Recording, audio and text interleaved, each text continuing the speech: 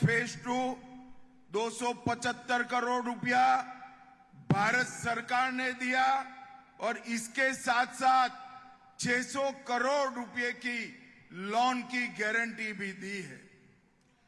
കൊച്ചി മെട്രോയുടെ രണ്ടാം ഘട്ട വികസനത്തിനായിട്ട് കേന്ദ്ര സർക്കാർ അനുവദിച്ചത് 275 കോടി രൂപയാണ് ഇതിനോടകം തന്നെ.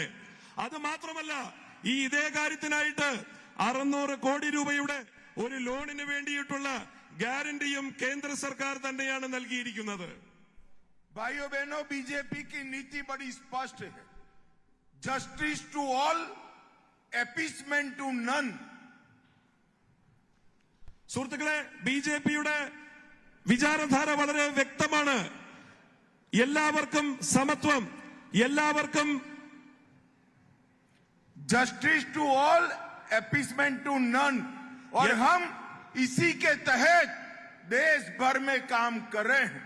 जब केरल का एक संगठन पीएफआई यहां से देश विरोधी प्रवृत्तियां करता था, भारतीय जनता पार्टी की सरकार ने एक ही दिन में देश भर के सभी पीएफआई कैडर को जेल की सलाखों के पीछे डालने का काम भारतीय जनता पार्टी ने किया. ബിജെപിയുടെ വിചാരധാര വളരെ വ്യക്തമാണ്. എല്ലാവരെയും സമന്മാരായി കാണുന്നു, എല്ലാവരെയും നിയമത്തിന് മുമ്പിൽ ഒന്നാക്കി തന്നെ കാണുന്നു. എന്നാൽ ആരോടും മതവർഗീയ പ്രീണനം ബിജെപിക്കില്ല. നോക്കൂ, ഈ കേരളത്തിലെ ഒരു സംഘടനയായ പോപ്പുലർ ഫ്രണ്ട് ഓഫ് ഇന്ത്യ ഇന്ന് ഇന്ത്യയിൽ പടർന്നു പന്തലിച്ച് തീവ്രവാദത്തിന് അനുകൂലമായി തീരുമാനമെടുത്തപ്പോൾ ഒരൊറ്റ ദിനം കൊണ്ട് തന്നെ ഈ ഇന്ത്യയിൽ അവരുടെ എല്ലാ കേന്ദ്രങ്ങളിലും റെയ്ഡ് നടത്തിക്കൊണ്ട് ദേശവിരുദ്ധ ശക്തികളായിട്ടുള്ള പോപ്പുലർ ഫ്രണ്ടുകാരെ എല്ലാവരെയും പിടിച്ചകത്തിടുവാനുള്ള ഒരു നട്ടൽ ഈ കേന്ദ്ര സർക്കാർ കാണിച്ചിട്ടുണ്ട്. भारतीय जनता पार्टी की सरकार ही वक्फ अमेंडमेंट बिल को लेकर आई. ഭാരതീയ ജനതാ പാർട്ടിയുടെ നേതൃത്വത്തിലുള്ള NDA സർക്കാർ തന്നെയാണ് വളരെ പ്രമാദമായിട്ടുള്ള വിഷയങ്ങളെ തൊട്ടുണർത്തിക്കൊണ്ട് വഖഫിന്റെ അമെൻമെന്റ് ബില്ല് കൊണ്ടുവന്നിട്ടുള്ളത്. हमारे एर्नाकुलम में ही 600 क्रिश्चियन और हिंदू परिवार की 400 एकड़ 400 एकड़ भूमि वक्फ बोर्ड ने हड़प कर ली थी.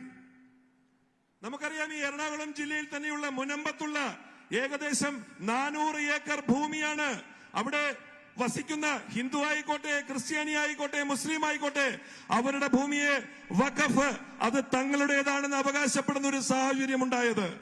मगर उसके लिए न LDF ने आवाज उठाई, न UDF ने आवाज उठाई. जब वक्फ अमेंडमेंट बिल पार्लियामेंट में चर्चा हो रहा था, ये 600 क्रिश्चियन परिवारों की भूमि के लिए LDF, UDF एक शब्द नहीं बोले. उनके मन में डर था. ഈ മുനമ്പത്തുള്ള ഏകദേശം 600ഓളം ക്രിസ്ത്യൻ കുടുംബങ്ങൾക്ക് വേണ്ടി അവരുടെ കിടപ്പാടം ഇല്ലാതാകുന്ന അവസ്ഥ വന്നപ്പോൾ ഈ കേരളത്തിലെ LDFO, UDFO ഒരിക്കൽ പോലും തങ്ങളുടെ നാവ് ചലിപ്പിച്ചില്ല. അവസാനം അതിനു വേണ്ടിയിട്ടാണ് വഖഫിന്റെ അമെൻമെന്റ് കൊണ്ടുള്ള ഒരു ബില്ല് ലോകസഭയിലേക്ക് ബിജെപിക്ക് അവതരിപ്പിക്കേണ്ടി വന്നത്. भाइयों बहनों, ये LDF और UDF दोहरे चरित्र वाली पार्टियां हैं. ഈ LDFും UDFും നമുക്കറിയാം ഒരേ നാണയത്തിന്റെ ഇരുവശങ്ങൾ തന്നെയാണ്. देश भर में तो कांग्रेस और कम्युनिस्ट एक साथ चुनाव लड़ते हैं. ഈ രാജ്യത്തുടനീളം കേരളത്തിന് പുറത്ത് ഈ കമ്മ്യൂണിസ്റ്റ് പാർട്ടിയും കോൺഗ്രസും ഒന്നായാണ് എല്ലായിടത്തും ഇലക്ഷനിൽ മത്സരിക്കുന്നത്. मगर केरल में एक साथ चुनाव नहीं लड़ते हैं, आमने सामने लड़ते हैं. എന്നാൽ കേരളത്തിൽ നോക്കൂ, രണ്ട് മുന്നണികളായി നമ്മളെ പറ്റിച്ചുകൊണ്ട് രണ്ട് മുന്നണികളായാണ് അവർ മത്സരിക്കുന്നത്. देश भर में कांग्रेस और कम्युनिस्ट इलू इलू करते हैं और केरल में एक दूसरे का विरोध करते हैं. നമുക്കറിയുന്ന പോലെ ഇന്ത്യയിലുടനീളം അവർക്ക് വലിയ ദോസ്തിയും ഈലു ഈലു ഐ ലവ് യു എന്ന് പറഞ്ഞ് നടക്കുകയും കേരളത്തിലെത്തുമ്പോൾ ബദ്ധശത്രുക്കൾ എന്നുള്ള മുഖേന രണ്ടുപേരും തമ്മിൽ വഴക്കടിക്കുകയുമാണ് ചെയ്യുന്നത്. अभी राहुल गांधी आए थे. राहुल गांधी और विजयन जी भाजपा को एक दूसरे की बी टीम कहते हैं, मगर मैं विजयन जी को कहना चाहता हूं, इस बार भाजपा और एनडीए केरल में ए टीम बनने वाले हैं और आप लोग बी टीम बनने वाले हैं। ഈ കഴിഞ്ഞ ദിവസങ്ങളിൽ ശ്രീമാൻ രാഹുൽ ഗാന്ധി കേരളത്തിൽ വന്നിരുന്നു. ശ്രീ പിണറായി വിജയൻ കേരളത്തിലുടനീളം പ്രസംഗിച്ചു നടക്കുന്നു. രാഹുൽ ഗാന്ധി പറയുന്നു ബിജെപിയാണ് മറ്റുള്ളവരുമായി സഖ്യമുണ്ടാക്കുന്നത്, ബി ടീമാണെന്നെല്ലാം പറയുമ്പോൾ ഞാനൊരു കാര്യം വ്യക്തമാക്കുവാൻ ആഗ്രഹിക്കുന്നു.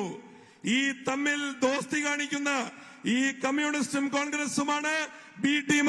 ഈ കേരളത്തിലെ യഥാർത്ഥ ബി ടീം ബിജെപി നേതൃത്വം നൽകുന്ന എൻഡിഎ മുന്നണിയാണെന്ന് ഞാൻ ഉറക്കെ പ്രഖ്യാപിക്കുകയാണ്. भाइयों बहनों, मोदी जी के नेतृत्व में देश भर में लाखों स्टार्टअप शुरू हुए हैं. സുഹൃത്തുക്കളെ, ഇന്ത്യയിലുടനീളം മോദിജിയുടെ നേതൃത്വത്തിലുള്ള സർക്കാർ വന്നതിനു ശേഷം ലക്ഷക്കണക്കിന് സ്റ്റാർട്ടപ്പുകളാണ് ആരംഭിച്ചിട്ടുള്ളത്, പുതിയ തൊഴിൽ ദൗത്യങ്ങൾ. मगर एक स्टार्टअप यहां के मुख्यमंत्री विजयन जी ने भी शुरू किया है. എന്നാൽ അതിലൊരു സ്റ്റാർട്ടപ്പ് ഈ സംസ്ഥാനത്തിന്റെ മുഖ്യമന്ത്രിയായിട്ടുള്ള Shri Now, Prime Minister Narendra Modi is